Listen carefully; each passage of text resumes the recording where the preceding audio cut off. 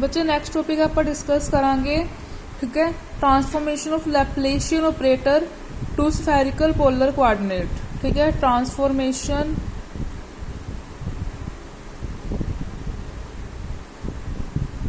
Of Laplacian operator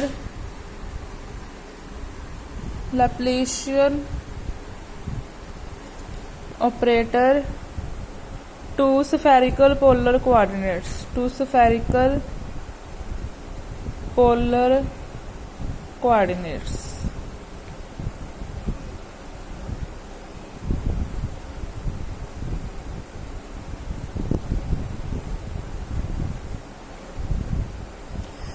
बच्चे Laplacian operator की सीगा अपना डेल स्केयर। ठीक है, देखो जो डेल स्केयर है वो पहला है कि c curly square over curly x square plus curly square over curly y square plus curly square over curly z square. ठीक है, ये जोड़े एक्स वाई जेड है, एक्स वाई ते जेड, ठीक है, ये जोड़े होंगे ये अपने को होंगे कार्टीजियन कोआर्डिनेट्स। ठीक है, आपां किच कन्वर्ट करना है इनू डेल स्केयर फिर है किंदे कार्टीजियन कोआर्डिनेट्स, आपां किच कन्वर्ट करना है इनू स्फेरिकल पोलर कोआर्डिनेट्स।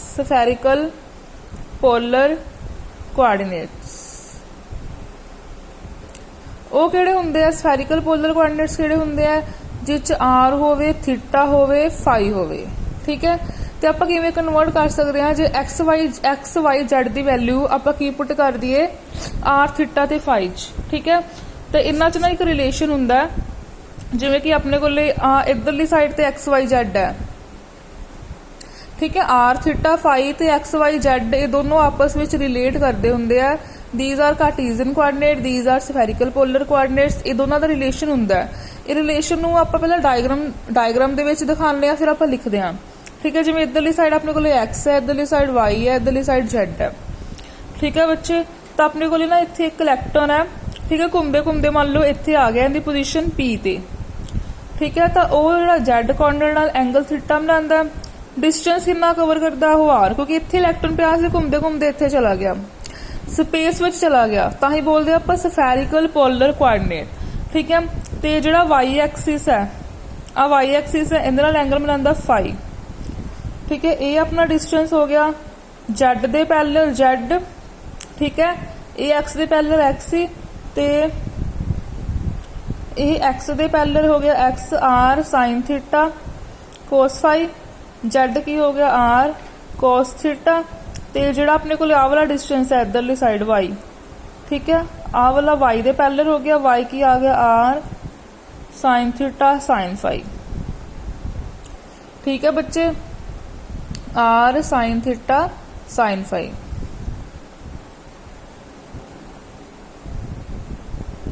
ठीक है बच्चे, तो ये सीगा अपने को इधर थीटा, इधरली साइड है जेड आर कोस थीटा, ये जेड दे पैरेलल ये रिलेशन हो गया, ये है एक्स दे पैरेलल आ रिलेशन हो गया, वाई दे पैरेलल आ वाला रिलेशन हो गया।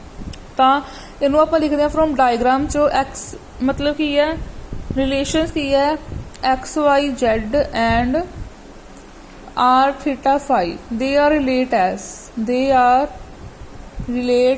एस।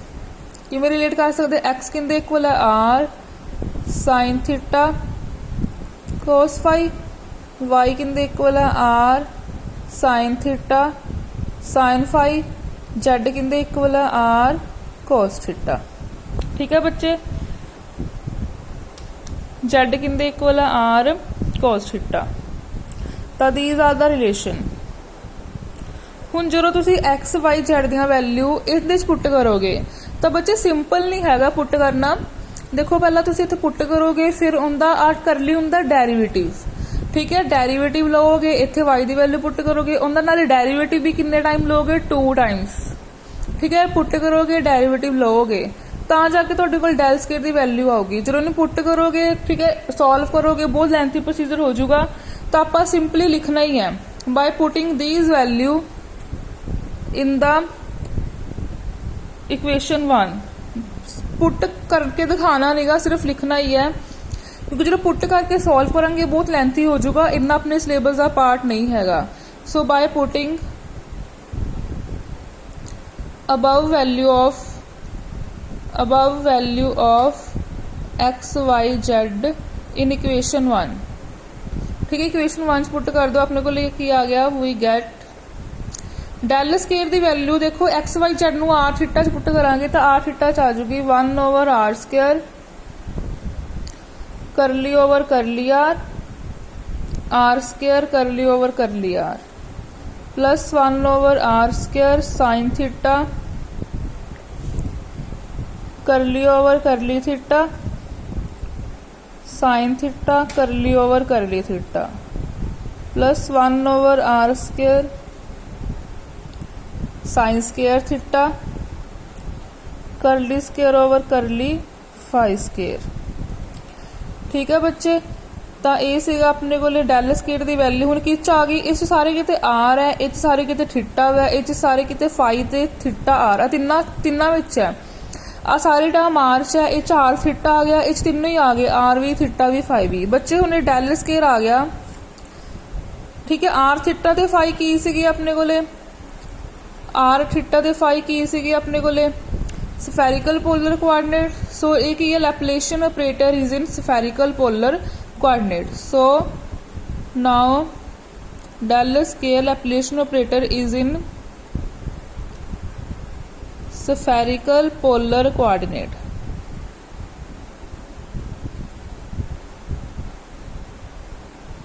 ठीक है बच्चे, तो बच्चे ये सीगा अपने कोले transformation of Laplacian operator into spherical polar coordinate.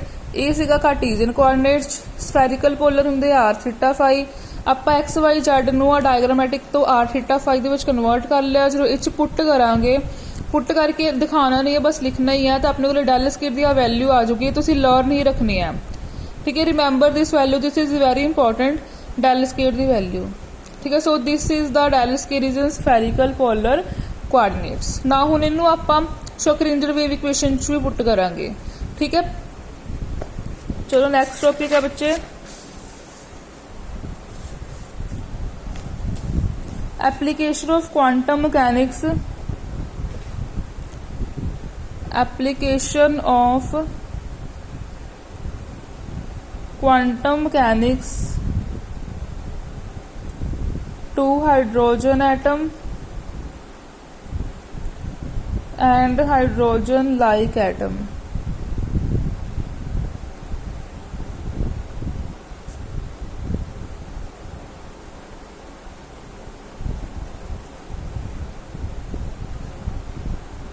ठीक है बच्चे, application of hydrogen atom, application of quantum mechanics to hydrogen atom and hydrogen like atom. देखो बच्चे आपां ना हुण जिहड़ी शोक्रिंजर वेव इक्वेशन है उन्होंने हाइड्रोजन एटम ते हाइड्रोजन लाइक एटम दे विच कन्वर्ट करना है। ठीक है, ते आपां जिहड़ा हाइड्रोजन एटम है, जिहड़ा अपने कोल हाइड्रोजन एटम है, it is very important in quantum mechanics.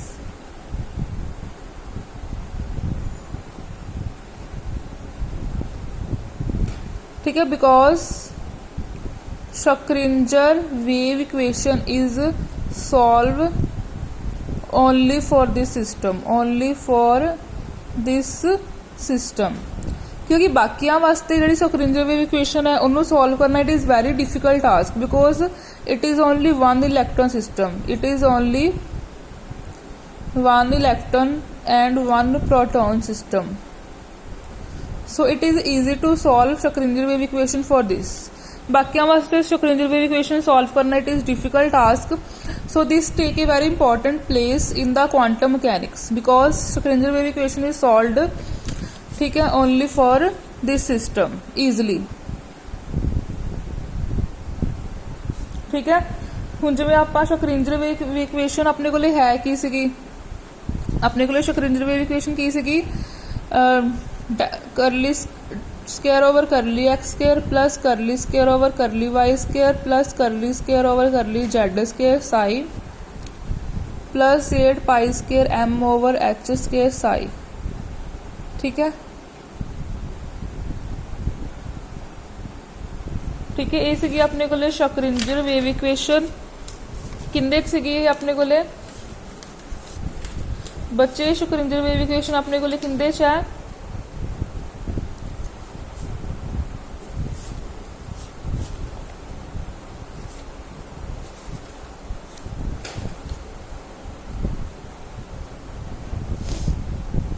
ठीक है। ये अपने कोले हैगी है अपने कोले शक्रिंजर वेव इक्वेशन की शॉर्ट फॉर्म की सी, शॉर्ट फॉर्म आप जो लिखिए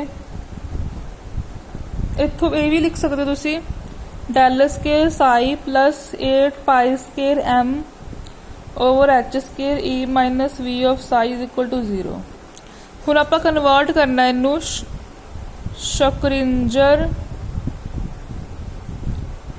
wave equation in polar coordinates, in polar coordinates.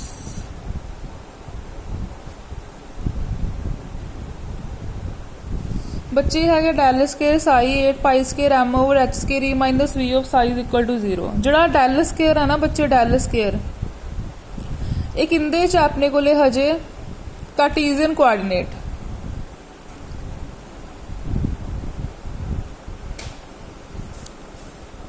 ठीक है।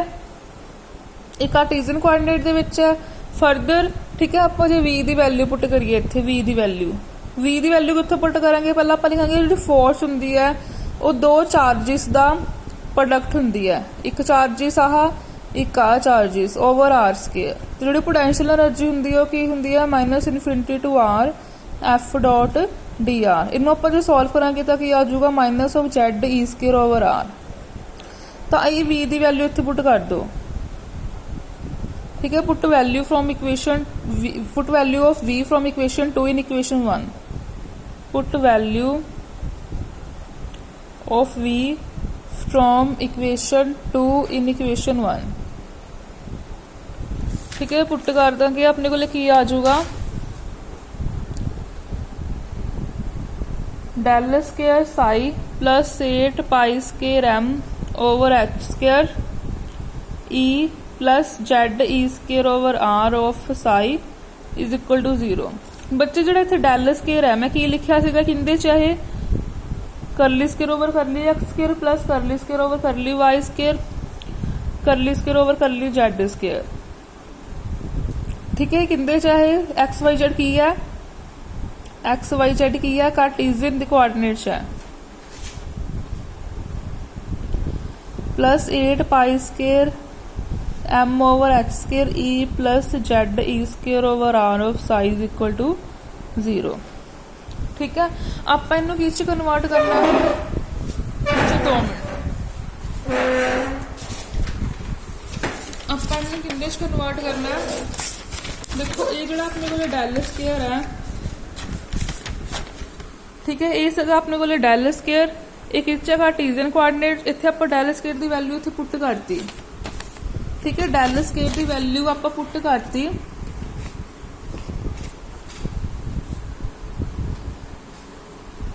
डेल स्केयर की वैल्यू बच्चे आप पुट करती तो अपने को आ गया कार्टीजियन कोआर्डिनेट दे विच, ठीक है।